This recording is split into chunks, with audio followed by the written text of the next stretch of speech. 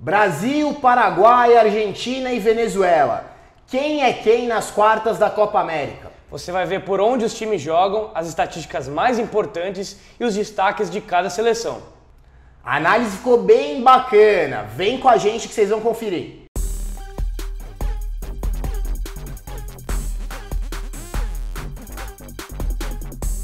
Fala galera, Felipe Masmanier do Footstats ao lado de João Iso. E aí pessoal, tudo bem com vocês? Hoje para falar de Copa América, a gente faz essa primeira parte do vídeo, a gente vai postar os outros dois confrontos ainda entre hoje, quinta-feira, e amanhã cedinho, sexta-feira. Mas vamos lá, vamos falar de algumas características bem importantes desses times, mostrar os jogadores de destaque, tem muita coisa bacana aqui. A gente começa pelo Brasil, o Brasil do Everton Cebolinha, quem diria, hein? Principal protagonista da seleção nessa Copa América, talvez, né, Isa? Dá pra falar que é o cara, né? Pegou uma bucha aí, né? A dura missão de substituir o Neymar aí. Não foi titular no primeiro jogo, mas marcou gol. Entrou muito bem e agora todo mundo quer a titularidade dele. Né? A gente tinha falado que ele era o nome mais indicado para substituir o Neymar. A gente vai até colocar no card aqui o vídeo que a gente fez do Brasil sem o Neymar, o peso da ausência dele. Mas o Everton é um cara que responde muito bem, a gente vai falar dele um pouquinho mais pra frente. Mas vamos lá, começando a falar do Brasil. Aqui está o mapa das ações do Brasil nos 3 jogos da primeira fase. Dá pra ver que é um time que concentrou muitos passes aqui na frente. Posse no meio, né? Posse no meio, reflexo do que a gente viu nos jogos, principalmente contra a Venezuela. A Venezuela toda retrancada lá atrás, a gente vai falar bastante da Venezuela também. Nessa questão da posse de bola no meio de campo, teve uma mudança bem sentida no terceiro jogo. A gente até postou nas nossas redes sociais, nas 2 primeiras partidas. Se você pegar as 8 maiores interações de passes do Brasil, era entre jogadores defensivos, entre zagueiros, laterais e volantes.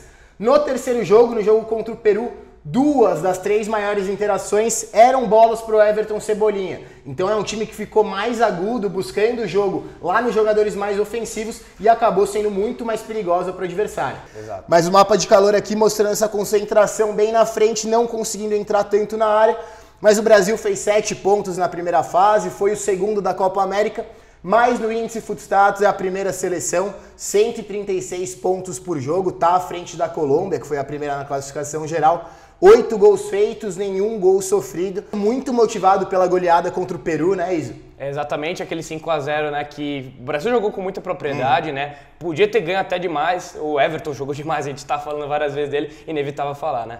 Melhor ataque, melhor defesa, e o jogo contra o Peru lembrou muito aquele padrão do time nas eliminatórias, né, time muito sólido lá atrás e eficiente lá na frente. É justamente dessa solidez defensiva que a gente fala. O Brasil sofreu só 1,7 finalização por jogo na Copa América, esse número é baixíssimo. É o menor número entre os 8 aqui, entre os 12 também, mas aqui a gente vai sempre ranquear entre só as 8 equipes que se classificaram para as quartas de final. Uma marca muito baixa, um time muito seguro lá atrás, chega pouquíssima bola no Alisson. E isso fez com que ele fizesse apenas uma defesa difícil, uma marca boa, né? Porque não tá chegando bola nele, né? É sempre assim, a gente falou inclusive na Champions League do Alisson também, Sim. Que parece que é tudo fácil, porque ele se posiciona tão bem no gol também, Sim. Que toda a defesa que ele faz parece que é fácil, mas muitas delas são difíceis, mas acabam não parecendo.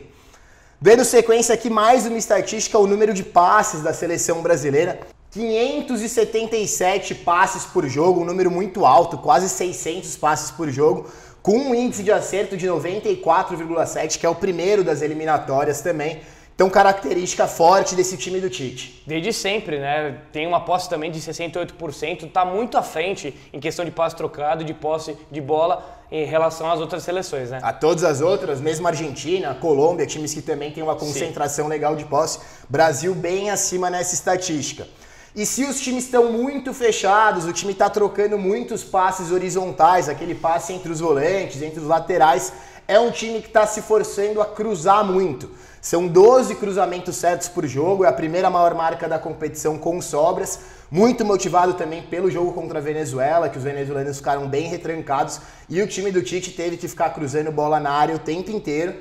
12 certos é um número bem alto, mas o Brasil não tem um finalizador de cabeça muito forte. O Firmino não é esse cara. Nem mesmo ele que é o centroavante, né? O Jesus também não é esse cara. Então é uma jogada que acaba ficando um pouco desperdiçada, né? Exato. Pode-se dizer assim. Até tem um cara que se beneficiou disso, né? A gente vai ver aqui, né? Vai falar dele, agora a gente mostra os 3 jogadores de destaque aqui que a gente coloca da seleção brasileira nessa primeira fase, começando pelo Everton Cebolinha, o Arthur e o Felipe Coutinho.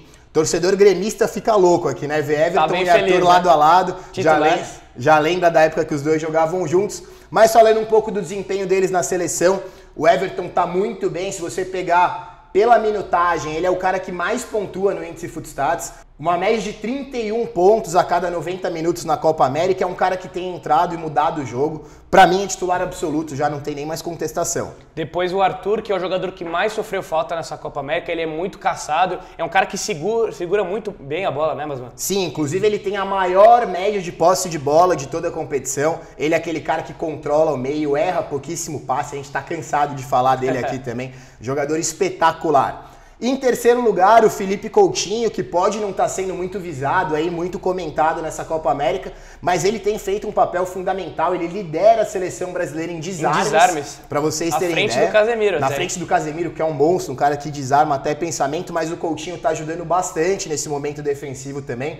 É o líder da Copa América em cruzamentos certos também, esse número aqui que a gente viu que o Brasil lidera, muito em função do Coutinho. Então são esses 3 jogadores que a gente pontua. Tem outros também, tem o Thiago Silva, o Marquinhos fazendo uma dupla de zaga muito boa lá, mas esses são os 3 que a gente fala pra vocês. É isso. Dando sequência agora com o rival do Brasil no jogo dessa quinta-feira à noite, o Paraguai. O Paraguai se classificou com só 2 pontos. Foi o último, né? 2 empates, 3 gols feitos, 4 gols sofridos. Foi o último entre esses 8 classificados. Tem uma estatística muito interessante que eu vi esses dias, Iso. Dos últimos 20 jogos do Paraguai na Copa América, você sabe quantas vitórias tem o Paraguai? 3. Uma. Nossa! Uma única vitória. Chutei alto ainda. Tem algumas classificações nos pênaltis, inclusive como foi contra o Brasil, né? Infelizmente. E chegou naquela final lá com 5 empates seguidos, né? Se não me engano. Chegou em uma final e em uma semifinal de Copa América, tendo uma vitória só nos últimos 20 jogos. Então é um time que não consegue ganhar tanto, mas sempre dificulta a vida dos adversários, um time muito bem postado lá atrás. Principalmente do Brasil, né? Sim. Tem um fantasminha aí. Pelo mapa de calor aqui, vocês conseguem ver que a concentração no campo ofensivo é praticamente nula. Não tem nada, né? São as ações só aqui atrás mesmo, um time que se retranca bem, parte pro contra-ataque, vai ser assim contra o Brasil, vai ser um time mais leve. E falando das estatísticas agora, 16,7 desarmes por jogo, a segunda maior marca dessa Copa América, é um time bem combativo lá no meio de campo, briga bastante por toda a bola, a gente sabe como é o futebol paraguaio já. 45,7% de posse de bola, é o 7º entre os 8 classificados. Então, mais uma estatística que mostra que é reflexo disso, um time que não tem muita posse de bola mesmo, um time mais reativo.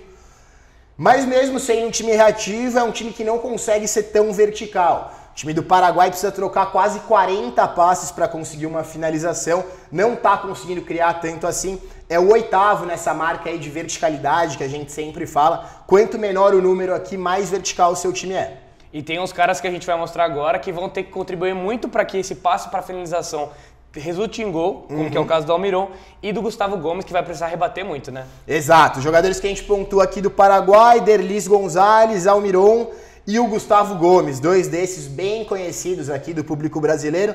O Derlis, jogador do Santos, que está fundamental aqui nesse time do Paraguai, ele tem as principais ações ofensivas. Exatamente, é o jogador que tem mais finalizações totais e certas do Paraguai. O Almiron é o que já deu 2 assistências para gol, é o segundo jogador da Copa América nesse quesito, empatado com alguns outros. E o Gustavo Gomes é o segundo jogador que mais rebateu no Paraguai. Ele é muito conhecido por isso, zagueiro muito firme, vai ser muito exigido contra o Brasil. Miguel Almiron, jogador bem interessante, está no Newcastle da Inglaterra, com sondagem de vários times importantes aí, pode sair. Um cara que controla bem o meio de campo, é aquele todo campista, né? Ele participa da defesa, participa do ataque também. Jogador pra gente ficar de olho. Dando sequência agora, vamos falar dos hermanos, falar da Argentina, que se classificou com só 4 pontos, a 6ª melhor campanha da Copa América, a 6ª melhor também no índice Footstats, só 27 pontos por jogo no índice. A gente viu aquela marca do Brasil, 130, tudo bem, muito motivado pelo jogo contra o Peru, pela goleada de 5-0, mas essa marca da Argentina não tá nada legal, 0 de saldo de gols, 3 gols feitos, 3 gols sofridos. Aqui no mapa de calor a gente vê que como não poderia deixar de ser as ações muito concentradas na região do campo do Lionel Messi aqui. Mais à direita, caindo pro meio, né? Sim, aquela posição que ele sempre joga, onde ele se sente muito bem. Mas falando dos números da Argentina agora na Copa América, 8 finalizações de fora da área, é o primeiro time que mais realiza. O Messi tem uma participação fundamental nisso aqui, já são 4 chutes certos de fora da área. E é uma estatística positiva, assim, a gente sempre ressalta aqui que é importante o seu time finalizar bastante de fora da área, mas está finalizando de fora muito porque não consegue entrar, não está conseguindo arranjar espaço, tanto que não está conseguindo construir as suas finalizações de maneira coletiva. 66% das finalizações tiveram assistência, é só a 6ª marca entre esses 8 times, aquele índice de jogo coletivo que a gente sempre pontua por aqui também. A coletividade que a gente sempre fala, sempre toca nesse assunto, muito motivado pela questão da mudança na Argentina. São muitos jogadores diferentes, ninguém consegue se firmar, desde goleiro até centroavante, muda sempre, técnico muda, e isso resulta nesse número, né, Marcelo? Dentro da própria Copa América já mudou bastante, o time, exato. aquele time que estava no começo já mudou bastante. Não se tem certeza exatamente que esquema vai ser utilizado ainda há dúvidas no técnico da Argentina. E agora falando da construção de jogo da Argentina, 91% da construção por baixo. O que é essa conta aqui? Pegando o número de passes, de lançamentos e de cruzamentos, que são as estatísticas de construção de jogo, a Argentina é o segundo time que mais constrói por baixo, por mais que seja o segundo time que mais troca passes curtos, tá lá embaixo em lançamentos e em cruzamentos, então é um time que realmente prioriza esse jogo pelo chão.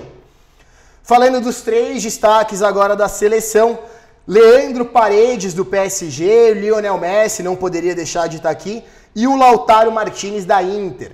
Paredes está fazendo um campeonato muito sólido, ele é o primeiro volante da equipe, ele é um jogador que era um meia. Na Argentina ele está jogando como primeiro volante, fazendo toda a saída de jogo, é o líder em passes da seleção argentina. Em passes certos, né? E o Messi, que como eu não poderia deixar de ser, o segundo jogador que mais sofre falta, sempre muito caçado, né? O cara que mais dribla. Exatamente, tem esse ponto também. E também é o terceiro jogador que mais finaliza, só atrás do Suárez e do Cavani. Vamos falar quando chegar do Uruguai.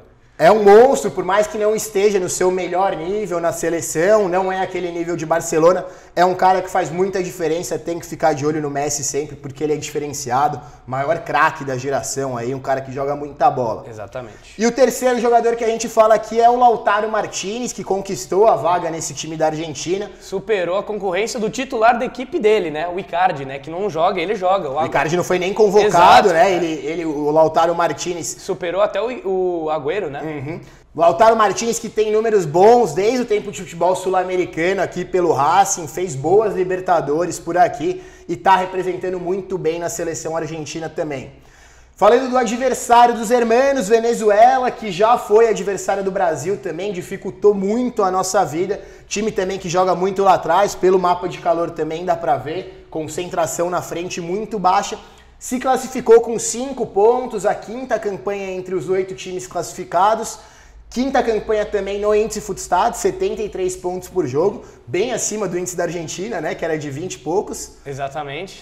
3 gols feitos e 1 gol sofrido só, marcas desse time do Dudamel, que tem aquela defesa muito bem postada, fecha os espaços dos adversários, rebate demais, são 31 rebatidas por jogo, a maior marca da Copa América. A gente pode esperar isso contra a Argentina, que é o segundo time em passes certos, com certeza vai ser um ataque contra a defesa. Com né? certeza absoluta, um time que fecha muito bem esses espaços, se reflete nas interceptações também, 4,3 interceptações, mais uma que é a maior marca da Copa América. Tem que ler bem os espaços, porque o Messi consegue arranjar esse espaço entre linhas aí, enfim, a Venezuela tem que ficar atenta. Mais uma estatística defensiva, mais uma nessa questão da leitura de espaços. 3 bloqueios de finalização por jogo, 2 jogadores de linha, isso, né? Primeiro da Copa América também, é o time que mais consegue fazer os chutes nem chegar no seu goleiro, que é justamente o primeiro que a gente destaca aqui entre os principais jogadores da Venezuela na competição, que é o goleiro Wúker Farines, que apesar de muito jovem, já está com uma responsabilidade de ser titular da Venezuela há algum tempo, e tá pegando muito, ele é o cara com mais defesas difíceis da Copa América, tá salvando tudo aí. Joga no Milionários da Colômbia, já teve sondagem do Barcelona, não vai mais essa janela, porque o Barcelona contratou o Neto, goleiro do Valência, mas o Farins está super bem, sempre teve essa bucha aí, ele sempre responde, ele tem uma responsabilidade muito grande, né? Exato. Outro jogador da Venezuela que é o Maquis, não sei exatamente como que se pronuncia o nome dele, mas é o jogador mais agudo da Venezuela, tirando o Rondon, né, que é o jogador terminal, né? Como o Tite gosta de falar. Centroavante, o cara que finaliza as jogadas. Do Newcastle também. Mas o Maquis é um jogador bem incisivo, joga pelas beiradas do campo, vai pra cima. É um jogador que estava na Udinese, estava emprestado para o Cádiz da Espanha, time pequeno. Enfim, acho que é aquele caso de jogador que acaba despontando na Copa América e acaba conseguindo uma transferência, né? Exato. E o terceiro jogador é o Osório, que jogou demais contra o Brasil, o zagueirão aí que tá liderando essa função defensiva da Venezuela. Você sabe quantas rebatidas ele deu contra o Brasil? Não sei. 16. 16 só em um jogo. É um número surreal, né? Muito alto. Jogador bem interessante aí, ele tá liderando esse papel defensivo. É do Porto. O Porto sempre compra jogadores aí que acabam despontando aí. Vamos ver se ele vai voltar pro Porto, estava emprestado. Vamos ver que papel ele vai ter na equipe ou se vai ser vendido mesmo. Exatamente. O que a gente sabe é que ele vai tentar parar de qualquer jeito o ataque da Argentina. E essa aqui é a primeira parte da nossa análise. A gente vai gravar ainda os outros dois confrontos, falar de Colômbia e Chile, falar de Uruguai e Peru. Nessa mesma linha aqui, mostrando os destaques dos times, estatísticas importantes, o mapa de calor. A gente volta com vocês mais pra frente. Se vocês gostaram do vídeo, inscrevam-se no canal, curtam, deem seu like, ativem as notificações, comentem, façam tudo aí que é bastante importante pra gente. Exato, baixa o aplicativo Footstats Premium, tem tudo isso e muito mais lá, tudo pra vocês conferirem com muito mais atenção aqui do que o vídeo. É isso aí, galera, um abraço e até mais. Valeu!